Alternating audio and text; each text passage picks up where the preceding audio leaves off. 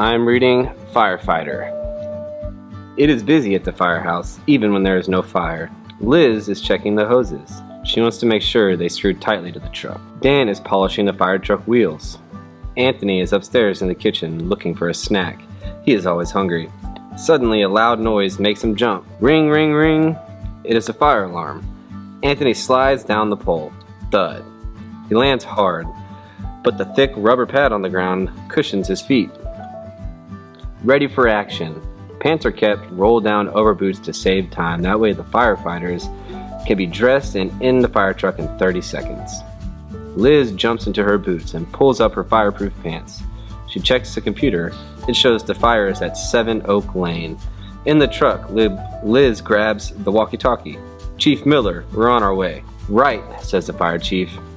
He has gone ahead in a special fast car. I'll meet you there. Liz starts the engine as the firefighters jump in. She flips on the sirens and lights and drives out of the firehouse as the truck speeds towards the fire. Cars and buses stop and wait when they hear the sirens coming. The fire chief calls Liz. I'm at the fire scene. It's an old house that's been empty for years, but someone saw a young boy playing on the porch this morning. He might be inside the house. Tell Dan and Anthony to get their air tanks ready. Okay, Chief, says Liz.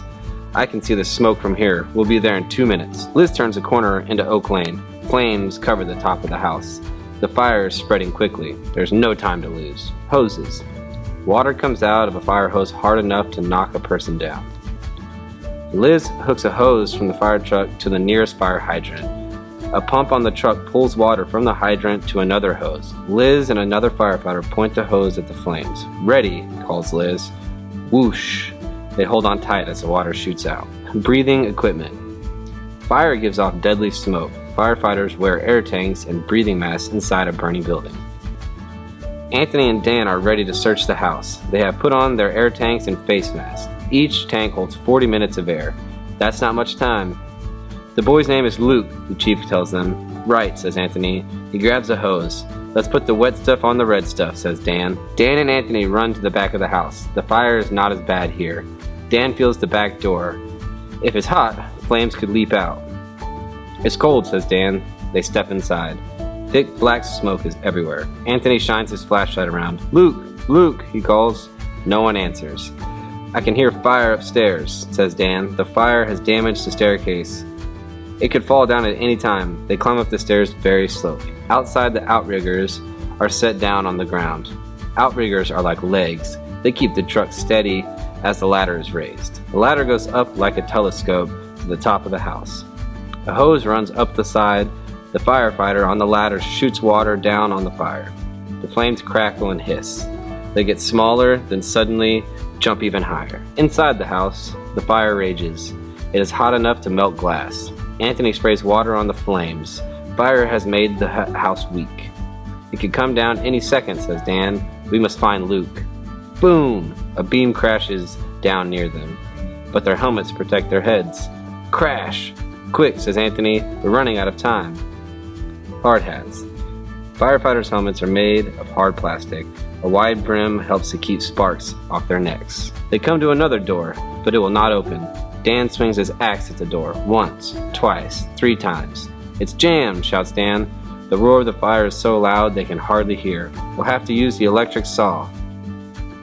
Firefighter's axe. Axes have been used by firefighters since the earliest days of firefighting. Sharp cutter. The electric saw runs on batteries. It can cut through the roof of a car like a can opener. Anthony switches on the saw.